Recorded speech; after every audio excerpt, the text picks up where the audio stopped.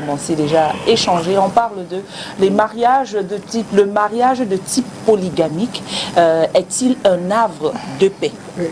C'est le thème de ce jour. C'est la question qu'on pose ce matin à chacun de vous ici. Si vous pouvez vous participer à l'émission, n'hésitez pas. L'adresse mentionnée au bas de l'écran, vous pouvez appeler, soit écrire. N'attendez pas la dernière minute parce qu'à 11h55, nous allons mettre la clé sous le paillasson. Donc, restez scotchés pour discuter, échanger et surtout écouter ce qui va se dire tout à l'heure.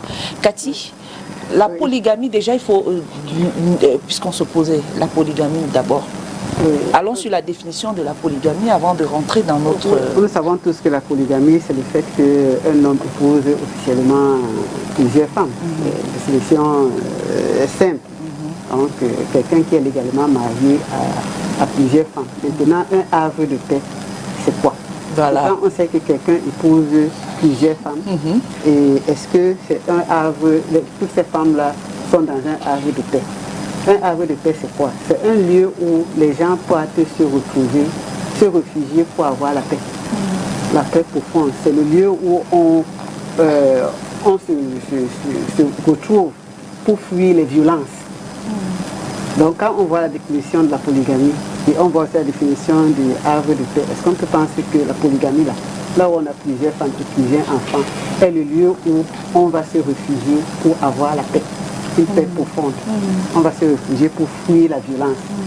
Et avant de commencer, je voudrais transmettre encore beaucoup de courage à ma famille. Vous savez, il y a quelques mois, il y a quelques semaines, il y a un monsieur qu'on a tué à Bali.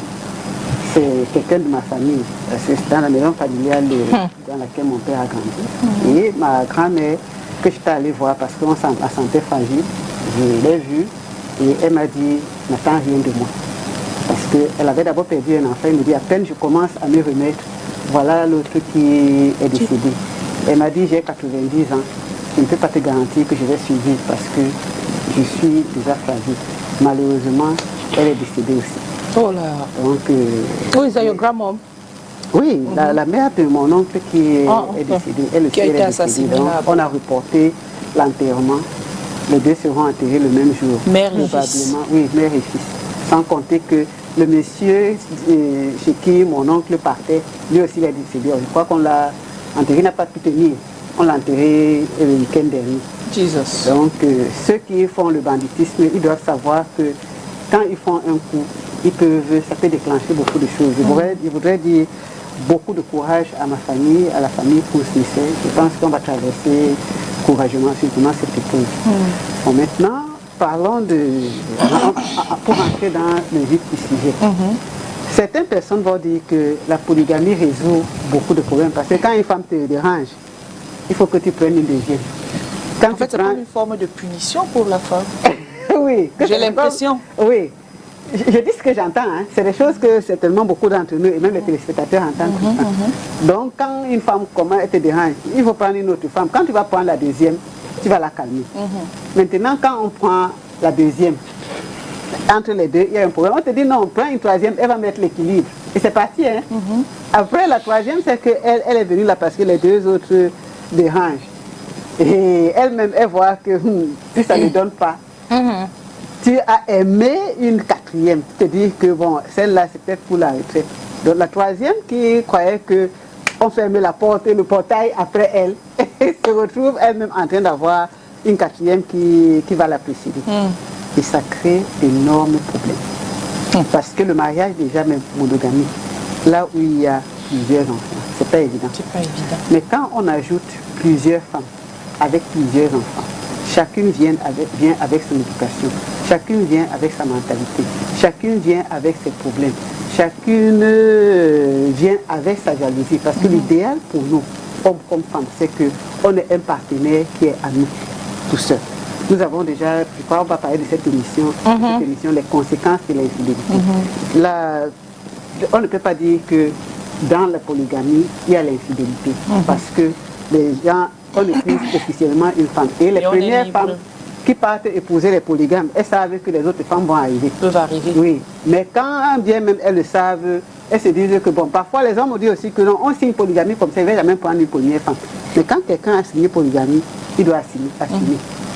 Maintenant, je vais dire ce que les gens qui sont dans les familles polygamiques disent. Hein. Je n'invente rien. Quelqu'un qui est dans une famille polygamique m'a par exemple dit que le pire ennemi d'un enfant issu d'un mariage polygamique, c'est son demi-frère. Quelqu'un qui est dans une famille polygamique, il m'a dit ça, que le pire ennemi. Et un autre m'a dit que les rivalités viennent même souvent comment? Elles viennent parce que chaque maman va dire à son enfant, fais attention. Comme ils sont là comme ça, les enfants peuvent même pas aller à l'école parce qu'ils sont en train de surveiller qui sera l'héritier, qui va prendre quoi et ainsi de suite. Certains disent que les polygames qui ont des problèmes, c'est les polygames qui ne sont pas bien organisés ou bien ceux qui sont pauvres. Ceux qui sont riches, ils donnent à chacun sa maison et après, il n'y a pas de problème qui part. Allez demander aux milliardaires, les enfants des milliardaires polygames. Vous allez voir que parfois c'est pire que là où il n'y a pas l'argent. Donc, il y a autre chose encore. Non seulement les gens, ils se regardent comme ça, chacun est là pour se prépare à demain. Parce que l'autre camp, dans les autres camps, ce sont les adversaires.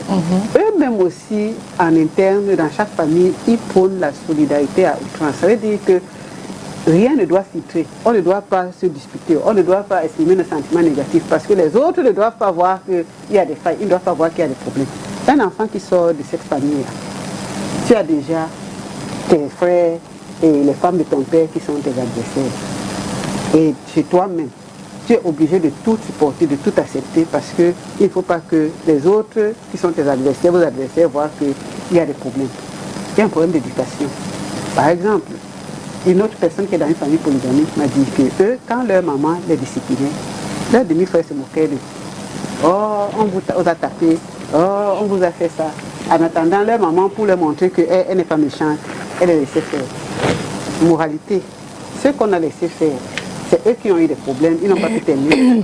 Ceux qu'on a disciplinés, eux, ils ont fait de bonnes études, ils étaient bien. Donc, dans la polygamie, apparemment, le chef de famille, au départ, hein, c'est lui qui est bien. Il amène une femme, oh, il est content, une deuxième. Toutes les femmes veulent lui faire plaisir. Mais avec le temps, le chef de famille, c'est lui qui a des problèmes. Parce que il se retrouve en train d'avoir plusieurs clans dans sa propre famille.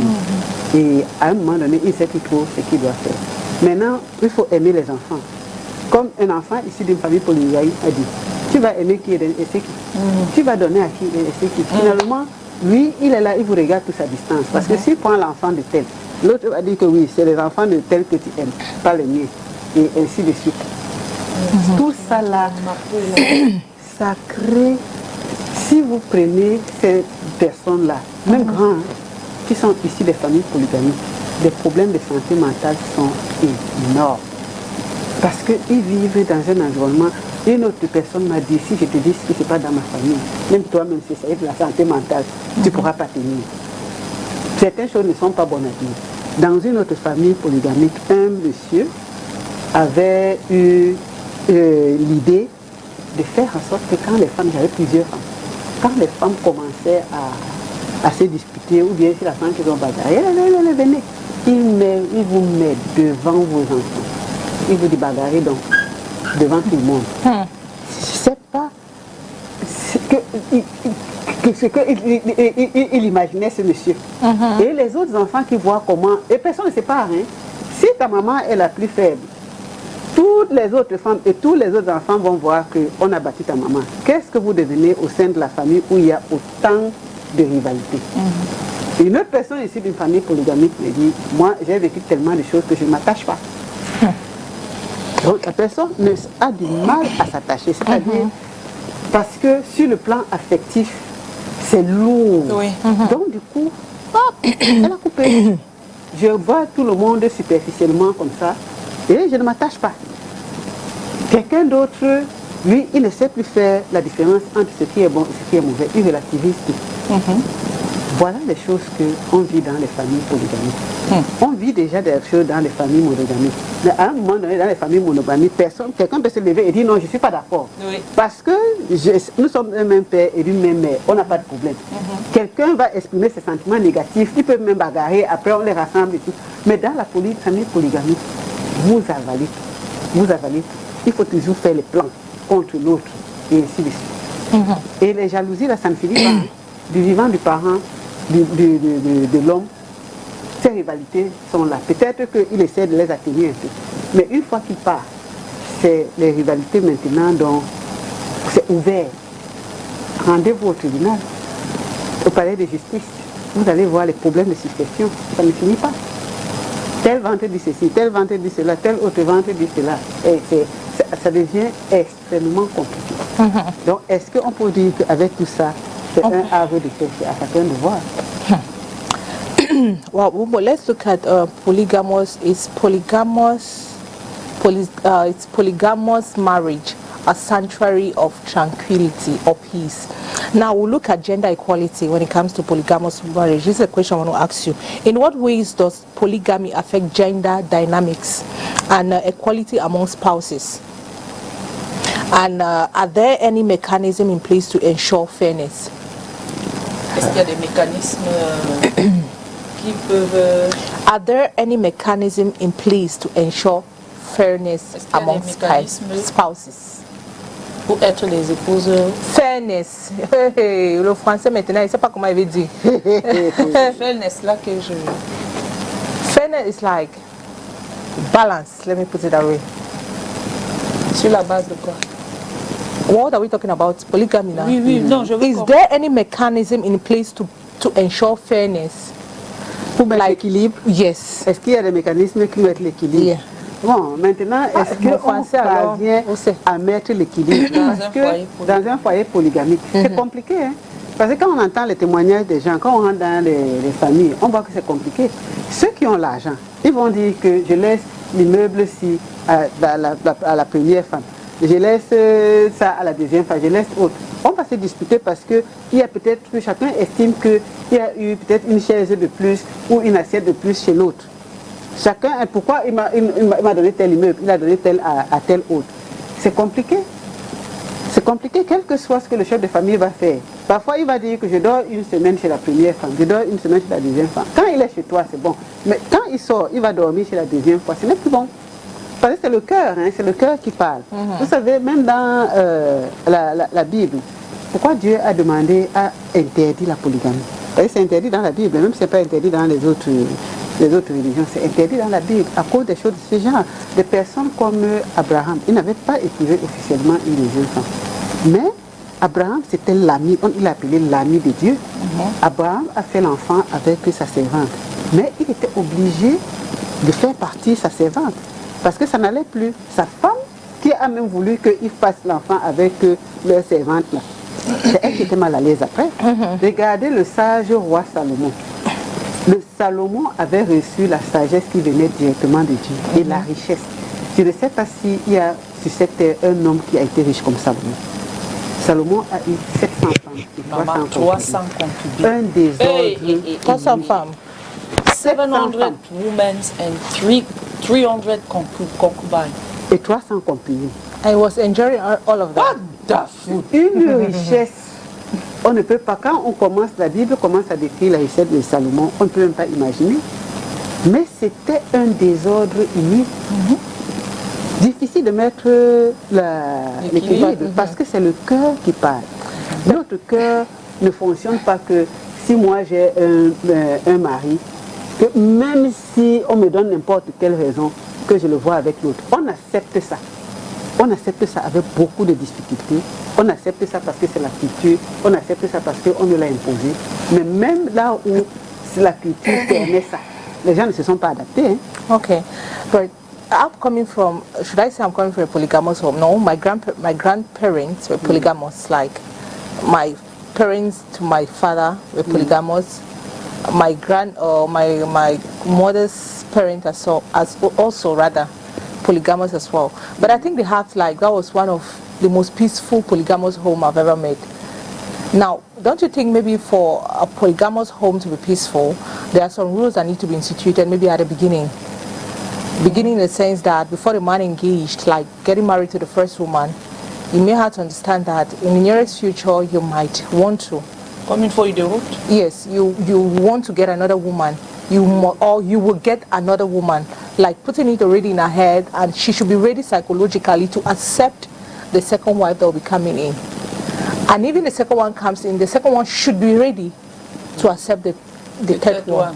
Ambamune, I know with our culture, polygamous is a normal. It exists without any problem. And I've seen these people. I have cousins that are married to 3, 4, 5 wives, and they live in peace without any problem. Apparemment, entre ce que nous on veut montrer aux gens et la réalité, il y a un chemin. Mais c'est vrai que dans la culture Bamoun, il y a la polygamie. La polygamie. Mais j'ai eu à travailler avec les Bamoun qui sont dans la polygamie. Même chez moi. On va voir oh, la femme officiellement, oui, parce que après on va dire la vérité. Quand tu veux faire le travail pour les familles polygamiques, mais si, comme on est en train de dire telle chose, tu ne dois pas dire à l'autre, mais si mon demi-frère arrive, tu ne dois pas faire comme ça. On te règle comme une horloge. Mais officiellement, tout va bien. C'est là où tu vois qu'il y a beaucoup de problèmes en dessous. Donc maintenant, quelqu'un va même mettre des règles. Parce que dans chaque famille, il y a des règles. Quand bien même on met des règles, à un moment donné, ça ne donne pas. Hein. Okay. Maintenant, parce que c'est le cœur qui parle, c'est le cœur qui Mais ça ne donne pas là pourquoi? Why would it not work? Parce qu'il y a la jalousie.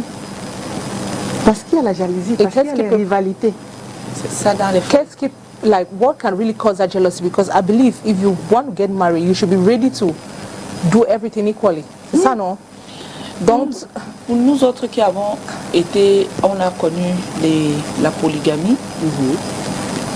Chez moi, par exemple, mon grand-père était polygame. Mon grand-père il était polygame. Mon grand-père, 4 épouses, il avait 4 femmes. Il avait une première, la 3e femme. Heureusement, enfin, je ne peux pas dire heureusement, parce que si je dis heureusement, c'est comme si je suis en train d'insulter mes grands-mères, paix à leur âme. Les 3 sont décédées. Une est décédée il n'y a pas longtemps. La première épouse est décédée, elle vient de décéder. La 3e épouse est décédée il y a peut-être 10 ans. Elle n'a pas fait d'enfant par contre. Mais l'organisation dans ce que j'ai remarqué, il y avait une certaine organisation parlant justement, comme Cathy était en train de venir sur l'organisation. Et celle qui a le plus accouché, qui est ma grand-mère, elle a fait 12 accouchements. C'est la seule qui a fait 12, les autres ont fait 2, 3. Donc elle prend ses enfants, elle fait adopter son enfant par sa coépouse, et donne le nom de sa coépouse, qui est la première femme.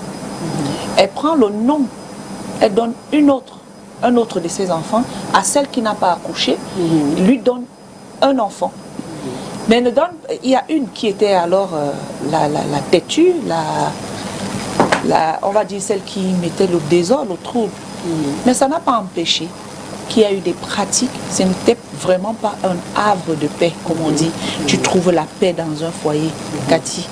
C'est des rivalités, c'est la sorcellerie, c'est des pratiques, c'est ça. Et aujourd'hui, il n'y a pratiquement pas d'amour entre les frères et demi-frères et demi-sœurs. C'est-à-dire on essaye d'être juste courtois, on essaye d'être juste... Est-ce que quand on a ce type d'exemple, on pourra dire que est-ce que c'est une polygamie réussie? Est-ce que c'est une polygamie qui a eu la paix? Parce qu'on va aussi te donner un autre type de polygamie, Cathy, où on dit que tout va très bien là-bas. On a grandi, l'amour règne jusqu'à... On peut même encore aller donner ça à d'autres personnes.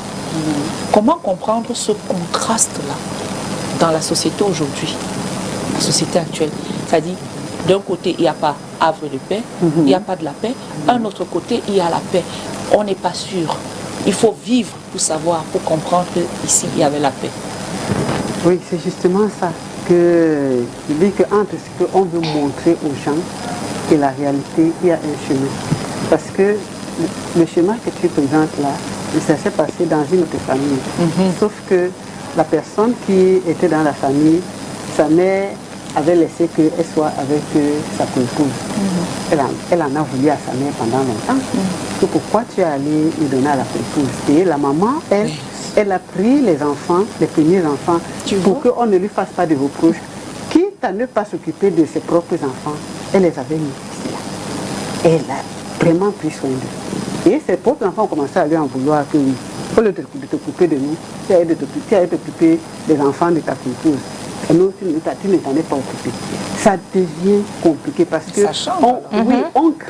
on fait des choses pour que ça marche. On pense que si on donne l'enfant à tel, c'est pas forcément de bons choix. Quand les enfants sont petits, ça semble marcher. Mais chaque enfant a envie d'avoir sa mère à elle. Mais quand les enfants grandissent, ce n'est que ça. La co-épouse même à qui on donne l'enfant, celle qui n'a pas fait d'enfant. Quand l'enfant l'a grandi, il découvre que sa mère, c'est sa vraie mère, c'est la co-épouse de sa mère. Ça va créer des problèmes. Il faut beaucoup de chance pour que ça marche. Si tu donnes même l'enfant à ta co-épouse, après tu vois que l'enfant est attaché à ta co-épouse, tu vois qu'elle peut partager le mari, vous n'êtes pas d'accord sur telle chose. Toi, tu peux encore recommencer à l'apprendre. Chacun va interpréter ça comme il veut. Mais toujours est-il que les gens qui vivent ça, quand ils expliquent, les blessures sont profondes. Vraiment. Dans notre culture, comme on veut démontrer que la polygamie ne pose pas de problème, on va trouver des excuses. On va essayer d'embellir et ainsi de suite. Mais au fond, il y aura des problèmes. Comme toi, tu es en train d'expliquer, dans cette famille, il n'y a pas la paix. Il y a pas, on fait semblant de s'aimer, il y a de l'hypocrisie. Oui. Et puis, il y a des techniques. Une fois, il y avait un problème dans une famille polygamique. Et on fait des consensus, des compromis. Parce qu'il ne faut pas blesser la sensibilité de l'autre. Oui. Soyons comme ça. C'est-à-dire qu'il y a une personne qui vous met au pas. Voilà. Pour ses caprices. Voilà. Vous êtes à l'étroit à cause de cette personne. Maintenant, si quelqu'un veut parler, la personne... on vous rappelle que oui, c'est parce que il va déterrer les problèmes. Donc, du coup, tout le monde, pour avoir la paix, certains se retrouvent donc avec les problèmes sur le plan mental. Nombreux sont ceux qui ont des problèmes mentaux à cause de ces problèmes-là qu'on ne peut pas résoudre. Parce que quand tu viens même résoudre, quand tu as envie de parler, tu ne peux pas dire n'importe quoi. Même si c'est toi le père, tu dois faire attention que si je dis pour tel foyer, si la première femme, la deuxième femme va penser que si je dis sur la troisième femme, il y avait une dame qui a travaillé dans un endroit que je connaissais. Quand elle commençait à parler, à raconter l'histoire, c'était que tout le monde savait déjà. La première femme, c'est elle qui est comme ça, la deuxième femme, la cinquième femme. C'est-à-dire, ses références étaient première femme, deuxième femme, troisième femme, quatrième femme, et ainsi de suite. Et les enfants grandissent comme ça. On a pointé du doigt telle personne, on a pointé du doigt telle autre. Après, qu'est-ce que ça fait? Ne pensons pas seulement à nous. Ne pensons pas que quand on dit qu'il n'y a pas de problème, ça veut dire qu'il n'y a pas de problème. Le fait de refuser un problème, d'être dans le déni, ça ne veut pas que le problème n'existe pas. Ça veut dire que c'est nous qui sommes en train de refuser, mais que les problèmes sont réels, ils existent. Et après, ça crée des conséquences énormes quand les enfants sont déjà grands. Petit, on va te dire, va priser l'eau à la femme de ton père. Quand tu vas arriver là-bas, tu vas trouver qu'elle est en train de parler de ta mère. Et beaucoup de gens qui sont ici des familles polygamiques m'ont dit que même si on ne veut pas faire des histoires de marabout, à un moment donné, on est obligé parce que si vous restez, vous ne le faites pas. Les autres vont faire et ça va vous rattraper. Ils pensent que c'est comme ça que ça doit fonctionner. On inculque de plus en plus aux femmes qu'il faut qu'elles intègrent la polygamie dans leur tête. Oui. C'est pour ça. Mais moi, je parle, ce que je le dis en fonction de ce que je vois sur le terrain.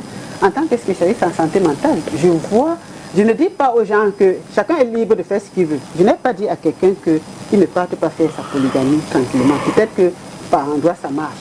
Mais je dis, en tant que spécialiste, ce que je vois, ce que je vis auprès des personnes issues des familles polygamiques, les problèmes qu'ils ont.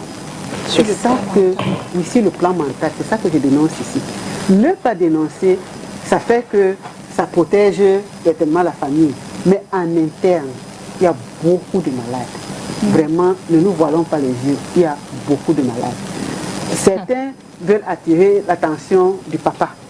Le papa, comme une personne qui est issue d'une famille polygamique, il dit, le papa va prendre qui il est ici.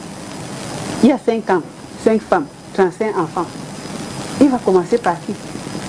Un monsieur m'avait dit un jour qu'ils étaient partis dans un village avec leurs collègues. Par qui? Leurs collègues étaient contents parce que son père l'a reçu, il a discuté avec son père, il a reçu avec ses amis. Le monsieur me dit, j'étais tellement étonné. J'ai dit que moi, je suis étonné parce que moi, je sais que mon père, quand il venait, c'était la joie.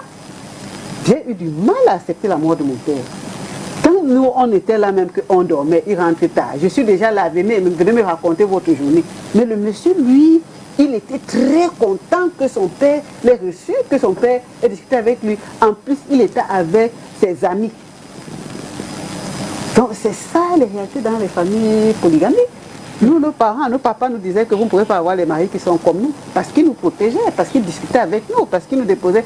Moi, quand j'étais au collège, mon père vient et me dépose à l'école, et le portail n'est pas encore ouvert. On reste taper les bivets. Mais on comprend aussi que si le monsieur qui est issu de la famille polygamique fait ça, il a 4 femmes. Les 4 autres femmes vont dire que, ok, donc c'est l'enfant de Mireille Grasse qui est l'enfant ici, les autres ne sont pas. Si pour l'enfant de Mambombo, ce sera comme ça. Lui-même, il est à l'étroit. Tout le monde est à l'étroit parce qu'on ne peut pas exprimer facilement ses sentiments positifs ou négatifs. Disons que quand les gens se querellent dans une famille, ça ne veut pas dire que c'est une mauvaise famille, hein, parce qu'on doit exprimer nos sentiments négatifs. Je dois savoir que si Calvino est mon frère et qu'il me fait quelque chose qui ne convient pas, que je lui dise. On peut se fâcher, on peut se prendre la tête. Après, demain, on est encore ensemble.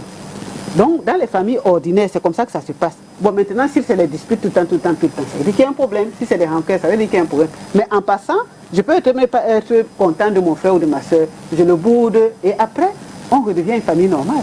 Mais si on ne peut pas exprimer ça, si on ne peut pas dire à quelqu'un tu m'as blessé, si on ne peut pas même pas discipliner son enfant parce qu'on a peur de ce que les autres, quand les gens qui sont dans l'autre camp vont dire, ça veut dire qu'il y a un problème. Bon, maintenant, Cathy, quels sont les avantages de la polygamie? Parce qu'il ne peut pas y avoir seulement les inconvénients. Non. Moi, je ne peux pas dire, parce que si on me demande, je ne veux pas exprimer mon point de vue ici. Voilà. Oui. Donc, c'est chacun qui est dans une famille polygamique qui va dire quels sont les avantages qu'il y a. Peut-être que les avantages sont matériels. Certains vont aussi s'en sortir. Hein. Donc, j'ai épousé un homme riche, j'ai réussi à avoir la maison, il a payé la scolarité de mes enfants, le reste, je m'en fous. Donc, peut-être que c'est leur avantage. Mais moi, ici, je dénonce un peu ce que j'ai vu. Peut-être que ça va faire que les personnes qui sont dans les familles polygamiques prennent conscience qu'ils se font beaucoup de mal. Peut-être que ça va faire en sorte que les gens prennent un peu de recul. Parce que I feel I understand Kavino's question. Maybe you're like, it feels like maybe you're emphasizing more on the negative side of polygamous and not painting like that other good side, because maybe he's talking based on the fact that he has seen some polygamous. My own self, I said, I'm from a polygamous home, and trust, honestly, it was a peaceful one. Yes, it was very peaceful. I just believe briefly, maybe that's just what he was struggling to ask. Now, I want to ask a question. What are some of those factors that can make a man get married to 1, 2, 3 or 4 women? Qu'est-ce qui peut pousser un homme de like épouser 2, 3 femmes? Il y a des problèmes de culture. Dans certaines cultures, on sait qu'on a le droit de prendre jusqu'à combien de femmes? 4 femmes. Peut-être 4 femmes. It's a choice, right? Il y a non obliged to. Donc c'est un choix, c'est ça, non? C'est un choix. Oui, c'est un choix parce que c'est dans la culture. On sait que quelqu'un peut prendre 3, 4 femmes. Et puis on va voir que dans l'entourage, il y a beaucoup plus la polygamie que la monogamie. Donc naturellement, ces personnes-là vont se marier sous le régime polygamique. Ils savent qu'ils vont avoir plusieurs femmes. Maintenant, il y a des problèmes. Quelqu'un a signé le régime polygamique et il n'avait pas l'intention de se marier. Il a signé par précaution. Maintenant, ça ne va plus avec la première femme. Au lieu de la répudier, il la laisse là parce que c'est la mère de ses enfants. Il va prendre une deuxième femme. Ce qui n'est pas bien. Voilà. Après, il va prendre une troisième. Oui. Donc, il y a ces problèmes-là. Il y a aussi que, bon, quelqu'un peut se retrouver en train d'aller faire une aventure passagère. extra-conjugal. Et ça devient autre chose. Il se dit, bon, comme on en est là, on a eu un enfant, on en a peut-être eu deux, il épouse la personne. Je connais aussi une femme qui était mariée, son mari voulait beaucoup d'enfants, peut-être 13 enfants. Elle a dit, maman, moi là je suis là vraiment, j'ai pas le ventre pour accoucher 13 enfants. Je ne veux pas faner avant le temps. Son mari insistait tellement qu'il a dit, ok, plein de deuxième femme pour faire les autres enfants. Moi il a fait 4, moi c'est bon pour moi. Ouais. C'est la femme qui a dit que vraiment, elle est fatiguée de pousser. Oui, la femme peut dire ça, comme le mari peut dire que je prends une autre femme. C'est comme le mari qui épouse une femme, elle ne fait pas d'enfant. Après, il va prendre une autre femme qui va lui faire des enfants. Donc il y a plusieurs raisons qui poussent les gens à être polygames. D'autres aussi sont polygames par conviction. Quelqu'un est convaincu que lui, il ne peut pas avoir une femme. Il lui faut au moins 2 femmes ou 3. Donc il les épouse toutes. As a psychologist, are there some psychological effects of getting married to so many women? Sur le plan psychologique, oui. Moi, je le dis parce que j'ai affaire à beaucoup de personnes qui sont dans les familles polygamiques. Jusque-là, c'est des problèmes. Ces personnes sont affectées sur le plan psychologique. Jusque-là, on va voir des gens qui sont même des gens bien, qui ont réussi à faire de bonnes études, mais ce qu'ils ont vécu dans leur enfance, dans les familles polygamiques, les affecte encore jusqu'à présent. Donc, la psychologie est en train de prendre de l'ampleur au Cameroun. Je dirais à ces familles-là, quand elles viennent même vers nous, il ne faut pas dire ceci. Si je te dis quelque chose, mon demi-frère ne doit pas comprendre ceci, ça ne doit pas sortir. On nous conditionne tellement parce que les problèmes, ils sont tellement affectés que même grands, même indépendants, les problèmes continuent à les suivre. Il y a beaucoup de violences psychologiques dans les familles polygamiques. En dehors des violences physiques, il y a beaucoup de violences psychologiques aussi dans ces familles. Il y a une personne qui était issue de ces familles qui m'a dit un jour, ils avaient affaire à une personne à l'intérieur qui ne parlait pas, mais qui faisait craquer tout le monde. Violence psychologique. C'est vous qui parlez, c'est vous qui bagarrez, c'est vous qui insultez, c'est vous qu'on voit. Mais la personne, on ne voit pas ce qu'elle fait. Donc il y a beaucoup de violences comme ça. Il y a même beaucoup de sorcellerie, comme on l'a dit tout à l'heure. Ah ouais, ça ne manque pas. Ça ne manque pas. Oui, oui. Il y a beaucoup. Et puis, ceux qui assument ça, ils disent que oui, on était obligés parce qu'en face, ça ne rigolait pas. On a voulu négliger, mais on a vu qu'on ne peut pas, on n'a pas le droit. Ok. On va retrouver aussi, prendre quand même la vie de l'homme dans les rues de Yaoundé avec Thierry Onn. Thierry Onn pour le Vox Pop de ce jour sur le mariage polygamie, de type polygamie. Est-ce un havre de paix? Allons découvrir la vie de tout un chacun dans les rues de Yaoundé. Ça dépend des familles. Il y a certaines familles où il y a la paix, certaines où c'est vraiment la guerre. Ça dépend des familles où il y a vraiment la paix. Et ça dépend aussi du chef de famille. Tout dépend de la base. Il y a aussi certaines familles où vraiment ça ne vaut pas la paix. Parce que moi, d'abord, présentement, la polygamie, moi, je ne veux pas. Parce que je sors d'une famille polygamique. Je suis née là-dedans, mais je n'aime pas. Non. Un havre de paix. Pourquoi? Parce que chaque famille avait son esprit. Et quand deux esprits ne s'entendent pas, ne peuvent pas s'entendre, il y aura toujours les problèmes. Et bagarres, et jalousies, et querelles. La famille, le foyer polygamique, c'est même la sorcellerie. D'autres disaient pourquoi l'autre mari s'occupe trop de l'autre femme. Toujours des problèmes, toujours des tensions. Même le mari même n'est pas à l'aise. Il n'est pas en paix. Parce que même sa vie est en danger. Quand tu peux épouser deux femmes qui ne s'entendent pas. Si elles s'entendent même encore, même c'est même plus grave même encore. Eux-mêmes qui vont même t'amener même à mourir très vite. On te tue même très vite avant le temps. Non, ce n'est pas un arbre de paix parce que c'est des problèmes. Les problèmes pourquoi? Quand le parent vit encore, c'est un peu passable. Mais quand il disparaît, c'est la guerre qui s'installe dans la famille. Et quand la guerre s'installe, c'est la mort.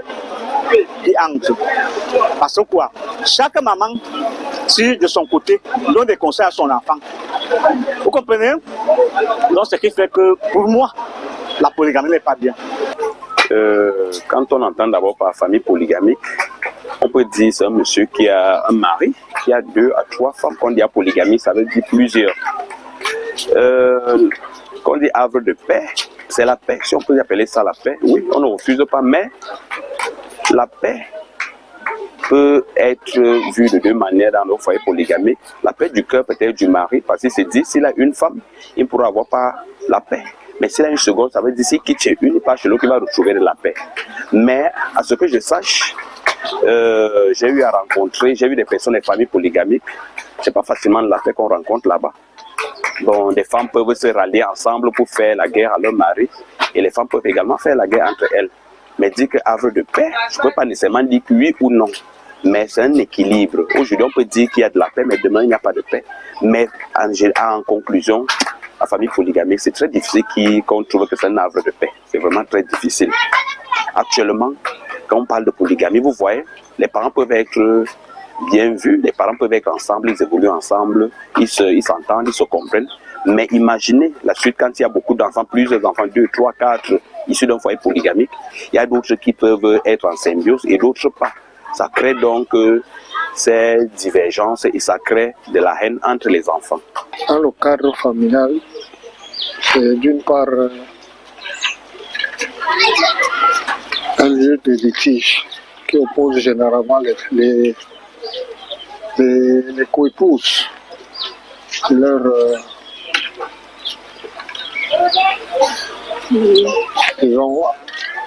aux ambitions diverses qui,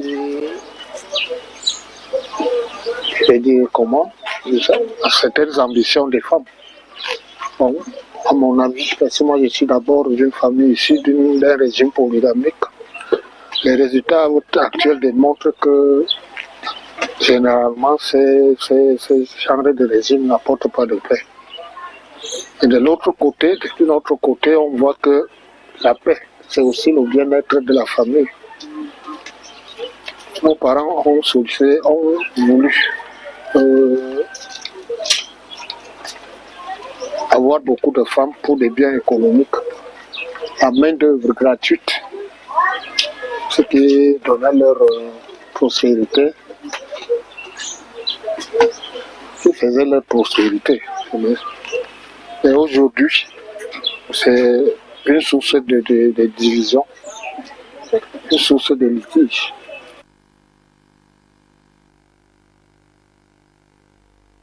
Il est fini, hein? Non, mais... Ben voilà, réaction, Cathy. Oui, on voit, vous voyez que tous ceux qu'on a interviewés là, tous sont contre la polygamie. Ouais. Quelqu'un qui est issu d'une famille polygamique, vraiment, quand il nous suit, il sait de quoi on parle. Les autres, on a dit dès le départ que chacun est libre de choisir son régime matrimonial.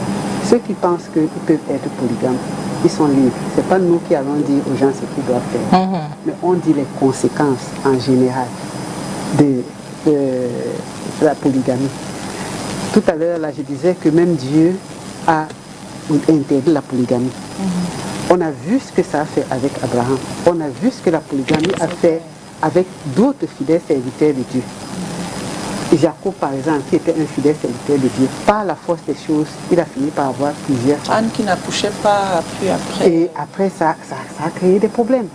Maintenant, ce qui est écrit dans la Bible, c'est que avant, Dieu a toléré ça. Et il n'y avait pas beaucoup de mains sur la terre. Hein. Donc, Caïn même a dû épouser sa sœur. Exact. Oui, parce qu'il fallait que la terre soit remplie. Oui. Mais on a vu les conséquences. Quand Jésus-Christ est arrivé sur la terre, il a dit, il faut arrêter la polygamie. Un homme responsable doit être marié à une seule femme. Et la Bible dit que les deux vont former une seule chair. Maintenant, s'il y a quelqu'un, troisième, quatrième, cinquième femme, est-ce qu'ils vont former une seule chair? Ça, je parle de ce que je maîtrise, comme c'est la Bible, c'est les chrétiens. Maintenant, dans des autres religions, je ne sais pas trop ce qu'on dit là. Les musulmans demandent d'avoir jusqu'à 4 femmes. Voilà. Donc, musulmans. Voilà, jusqu'à 4 femmes. Le monsieur qui a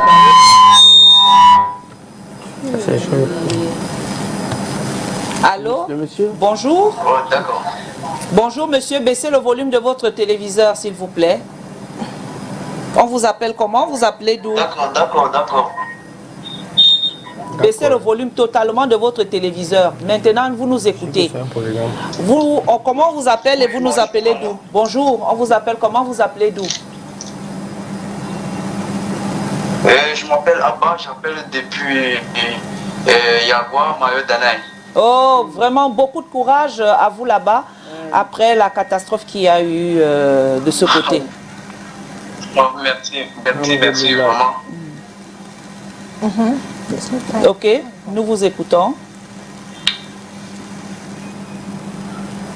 Pardon? Nous vous écoutons alors. Qu'est-ce que vous voulez nous dire? Vous réagissez? Oui, tout à l'heure, je suis en train. Oui, je suis en train de suivre votre émission. Vraiment, je suis vraiment intéressé par cette émission. Voilà donc pourquoi je vous appelle pour aussi une opinion de ma part. Allez-y. Donc, concernant la polygamie, je pense qu'il est très important d'être polygame. Pourquoi? Parce que même un savant français a une société qui adopte la monogamie plutôt au détriment de la polygamie réglementée.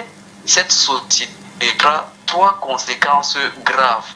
La première conséquence, la prolifération de la prostitution. Et la deuxième conséquence, les enfants qui seront illégitimes. Et en troisième, les femmes seront célibataires jusqu'au dernier jour de leur vie. Donc, c'est ce que moi je voudrais donc apporter comme idée. D'accord. Non, mais c'est la partie de il a dit que les femmes seront célibataires jusqu'au dernier jour de leur vie. C'est la partie là. Merci de nous avoir appelés depuis Yagua. Malheureusement, on passe déjà. Il est 11h55. Cathy, on va. Bon, on va rewind. On va revenir. I think I wanted to ask this question, like, les gens qui sont déjà like polygamous, les gens qui sont déjà dedans. Now, what can they do in order for peace?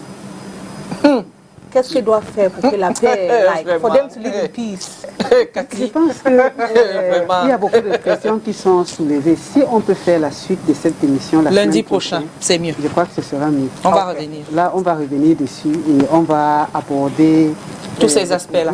Comment retrouver la paix dans un foyer polygamique. Dans un foyer polygamique. Seigneur. Et lui qui parle des femmes, les femmes qui ont la prolifération de la monogamie, on aura des femmes célibataires à vie. Et les femmes dans la jour de leur vie et la prostitution. Il faut dire qu'il y a beaucoup d'hypocrisie dans la polygamie. Vous pensez que vous maîtrisez ces femmes. En fait, quand elles ne sont pas satisfaites, on en parle la semaine prochaine. Ça c'est encore un autre domaine, un autre pan. En tout cas, merci Cathy de nous avoir... Merci d'avoir répondu à l'appel ce matin dans cette émission de rendez-vous. On va se donner rendez-vous lundi prochain. Cathy Etondé, c'était elle est de la société civile, psychologue aussi. Elle est spécialiste de la santé, des maladies de la santé mentale. Voilà, si je peux me permettre cette expression. Allez sur Facebook, Catherine Etondé, vous la retrouverez si vous avez des problèmes mentaux. Ce n'est pas seulement être fou, mais si vous avez des problèmes qui touchent votre mental, votre psychique, rencontrez Cathy, écrivez-lui, elle se fera le plaisir Oui, Catherine Etondé, je n'ai pas dit Cathy Etondé. Je maîtrise déjà ton nom, ce n'est pas comme si je disais... Je ne veux pas rester, quelqu'un veut m'écrire, maintenant je peux faire comment pour... Tu transfères juste le message à Cathy. Tonton Calvino, c'était plaisant de te revoir. Celui-là n'est pas marié, il est déjà polygame. Il y a des gars comme ça, ils ne sont pas mariés, mais ils sont polygames. Il a 3 femmes, les enfants partout. Tu n'es pas encore marié quelque part. Imagine quand il va se marier. Ah, il y a Cathy. See you tomorrow. On se voit demain. On se voit demain. Tomorrow is Tuesday. Tomorrow is Tuesday. Tuesday, on sera dans le bien-être avec Emmanuel Chiangon, bien évidemment. Nous vous donnons rendez-vous quand il sera 10h. Mais avant, restez en compagnie des programmes de STV. Quant à nous, nous mettons la clé sur le paillasson. On se retrouve demain, mardi, 10h, même heure, même équipe. Dieu vous bénisse. Ciao.